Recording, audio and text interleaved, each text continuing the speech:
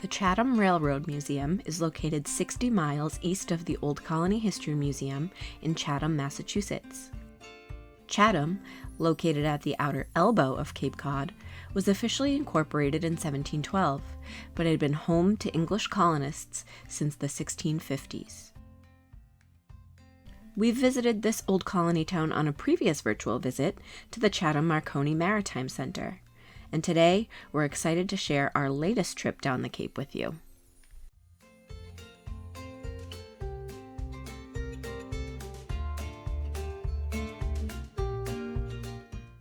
Hi, I am Gil Sparks. I'm co-director of the Chatham Railroad Museum along with Liz McCart. This museum is actually owned by the town of Chatham. The building we are in is the original station, built in 1887 and been here continuously ever since then. The railroad ran here from 1887 until 1937. It's a 7-mile branch that connected to the main line in Harwich, where you could then switch trains and go to Boston. This has been a museum since 1960. It is, as I said, it was owned by the town, but it is run by a town committee of volunteers. We are open from 10 to 4 from mid-June to mid-September, 5 days a week, Tuesday through Saturday.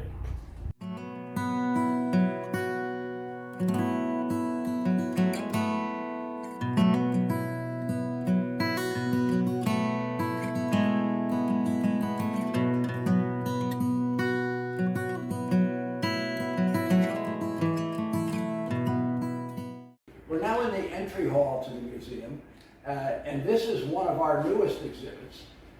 It's a pictorial history of the Chatham Railroad. You can see it starts down here with this station and runs up to Harwich, and this would be the main line that goes to Provincetown and Boston. And we are fortunate enough to have pictures of the original South Chatham station, the original West Chatham station, in addition to pictures of this station, and an historic map. We even have the lease agreement between the New Haven Railroad and the Chatham Railroad. And this exhibit shows what a typical train would have looked like, bringing in lumber, bringing in stone, and bringing in passengers to Chatham.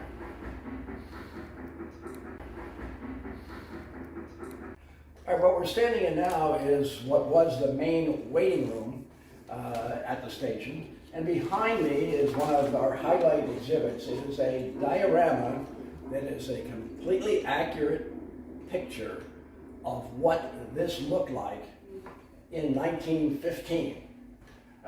And you can see that it had not only the station, but it also had outbuildings such as a lumber yard, coal, which was brought in by rail. It had a turntable, and we are told that since this was next to the school, that kids used to come out and help turn the turntable during recess when the train came in. It also had a manufacturing plant over here that made artillery shells for the First World War. So it's quite an exhibit, and it was all scaled and drawn precisely from a exhibit to a lawsuit that was found at a flea market that depicted exactly what this looked like in 1915.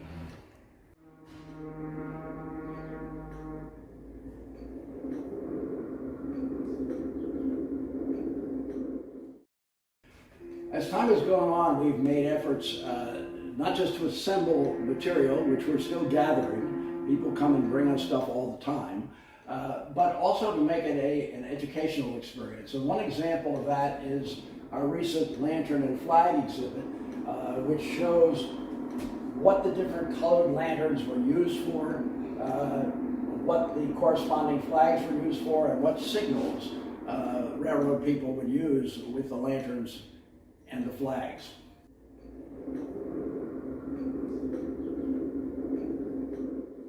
When the railroad was first started in 1887, it was immediately leased to the Old Colony Railroad, which ran the line that went from Provincetown to to Boston, among other lines.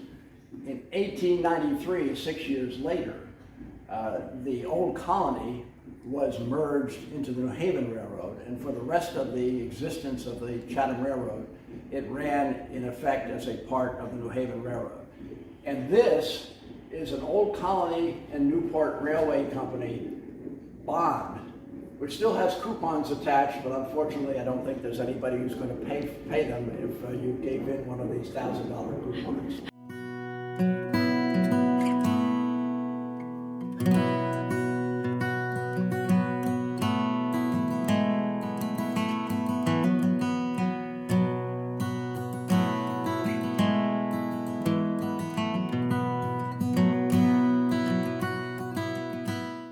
Now in the station master's office, and this is one of the really fun places, especially for our younger visitors, because pretty much everything in here is interactive. To start with, we give tickets when kids come in to Boston, from Chatham to Boston, and encourage them to stand on these little pedestals and sell tickets to their parents. And that's a very popular activity for that age group. Over here, we have a whole array of antique communication devices, running from the electric scissor gate over here to operating telegraph, and then all sorts of phones, most of which our younger people have never seen.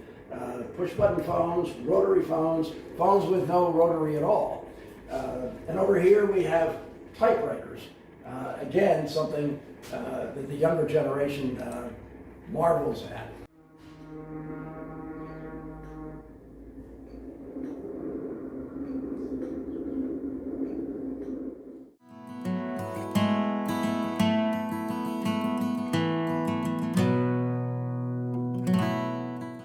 So the source of our exhibits began in just before 1960, when the museum opened.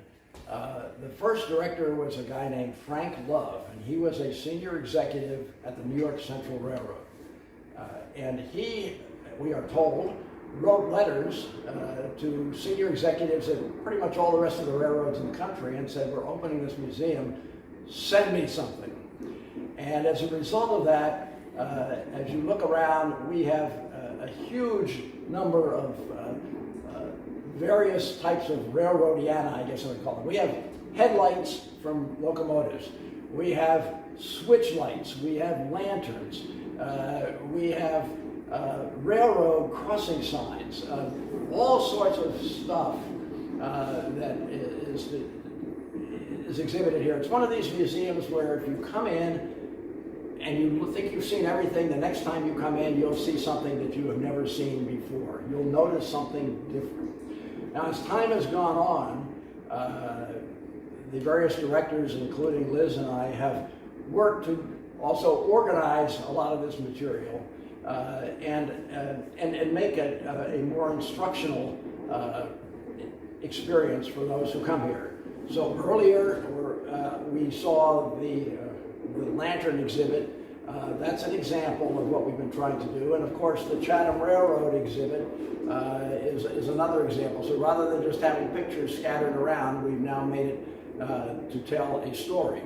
Some of the material had been organized long before Liz and I came. For example, this area that I'm looking at is basically all historical stuff from the Chatham Railroad. The stock certificates, the charter given by the state of Massachusetts, the original cost estimate to build the railroad, the ledger, the checkbook, and even a dance card from the Chatham Railroad Ball and Concert that was held in 1887 to commemorate the opening of the railroad. And then finally, the newspaper article from 1937 that says, 7 Mile Cape Railroad with 3 stations goes on the market as the last train puffs away.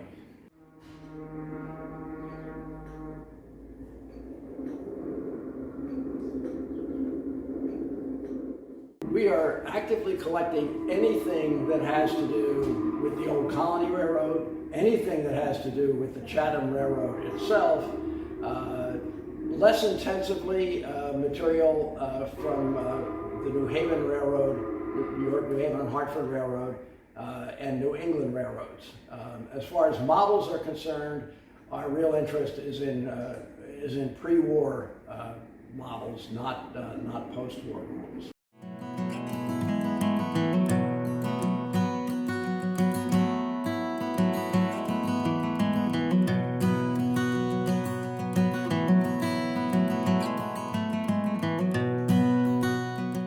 This is our restored 1910 New York Central wooden caboose. It traveled over 1 million miles with the New York Central system and was moved here in June of 1963. It has been restored twice by the town, and it is open. You can go in it. This is the interior of our 1910 caboose.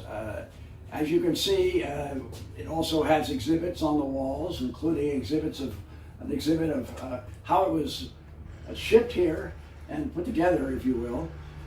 We also have an interactive TV screen over here, which gives some basic facts about the caboose and the railroad. This is obviously one of the things that our younger visitors just love. Generations of kids, and I can speak for my own kids and my own grandkids have always made this one of their checkmark places to visit when they come to Chatham. This has a real sense of what a caboose was like before they were replaced about 20 years ago by flashing red lights with GPS capabilities, including the ability to cook, the ability to go up and look at the entire train ahead of you by going up into the cupola, which is behind us. This is actually one of the more intriguing experiences when you come here.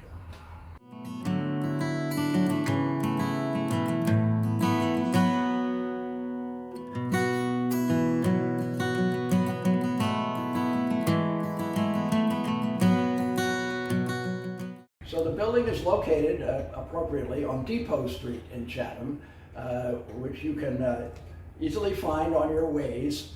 The parking is pretty much unlimited. There are a series of parking spaces in front of the museum and then run down through the adjacent tennis courts. There is no admission fee. We encourage donations, but there is no admission fee. Probably will take you about a half an hour to see everything you really want to see in the museum.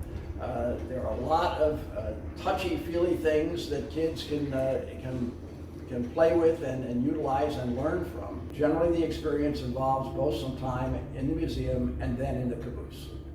So we hope that many of you will come and visit with us. This year we are open from June 13th to September 16th, Tuesday to Saturday, from 10 to 4. I should mention that the museum and the caboose are on the National Register of Historic Places for those of you who are building a checklist of those places where you wish to come visit. We also would welcome any communication that you might wish to have with us. We have both a website and an Instagram account. Our website can be located at chathamrailroadmuseum.com, and our Instagram account is Chatham Railroad Museum.